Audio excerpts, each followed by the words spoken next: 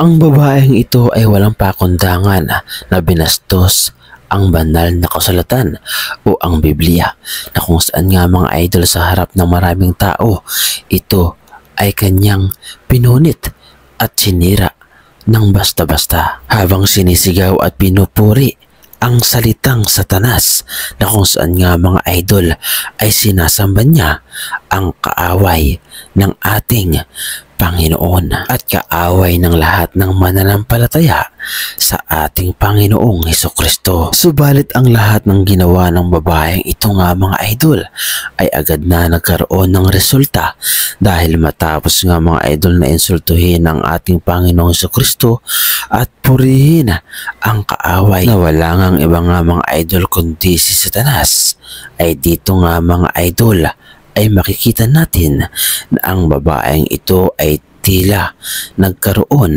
ng karma na kailanman ay hindi na niya mababawi pa, dahil buhay mismo niya ang kinuha.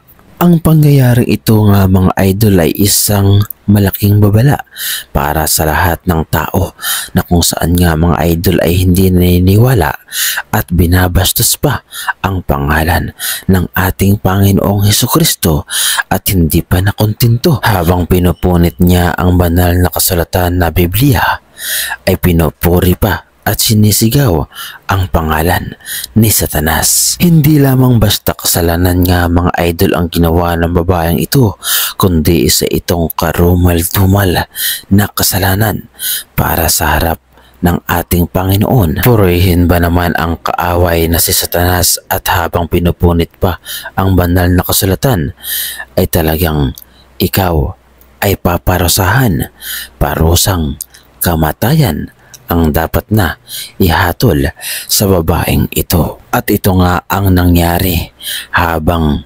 binabastos ang pangalan ng ating Panginoong Hesukristo at purihin si Satanas, ay ito ang nangyari sa babaeng ito.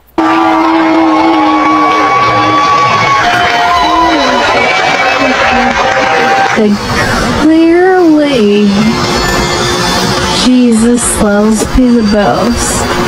Seriously. So nice. So nice.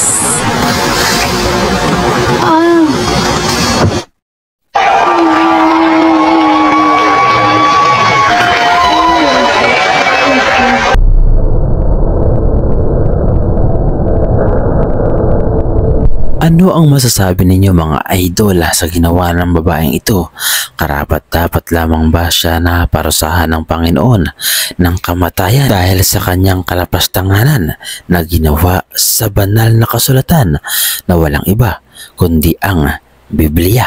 Ang inyong napanood mga idol ay hindi lamang basta eksena at hindi basta lamang palabas, kundi ito nga mga idol ay isang malaking babala na kailanman ay hindi dapat natin binabastos ang Biblia, dahil kapag ginawa natin ito nga mga idol ay parang binastos na rin natin ang Panginoon natin na lumikha sa ating lahat, at Panginoon na siyang lumigtas o nagligtas sa ating mga kasalanan. Kaya wala tayong karapatan para siya ay bastusin, dahil kapag nangyari ito, maaaring tayo ay maagang mawala sa mundo. Salamat sa Panginoon dahil ipinapakita niya ang kanyang kapangyarihan sa mga taong walang galang sa kanya. Salamat at tayo ay binibigyan niya ng aral at leksyon sa araw-araw na kung saan ay makapagpababago sa ating buhay. Sana mga idol ay mayroon tayong napulot na aral sa video na ito, at sana ay huwag na huwag nating babastusin ang pangalan ng ating Panginoong Hesukristo kung ayaw nating matulad sa babaeng ito. Ano ang masasabi ninyo mga idol sa reaction video na ito? At ano ang inyong opinion patungkol dito? Ibahagi niyo naman mga idol ang inyong reaksyon at opinion sa ating comment section. So paano mga idol, hanggang dito na lamang muli ang ating reaction video, at kung nagustuhan ninyo mga idol ang reaction video na ito ay pahingi naman ako ng isang like, subscribe, at kung pwede ay pakapindot na rin ang ating notification bell button para updated pa kayo sa lahat ng ating mga reaction video na katulad nito. Maraming salamat mga idol.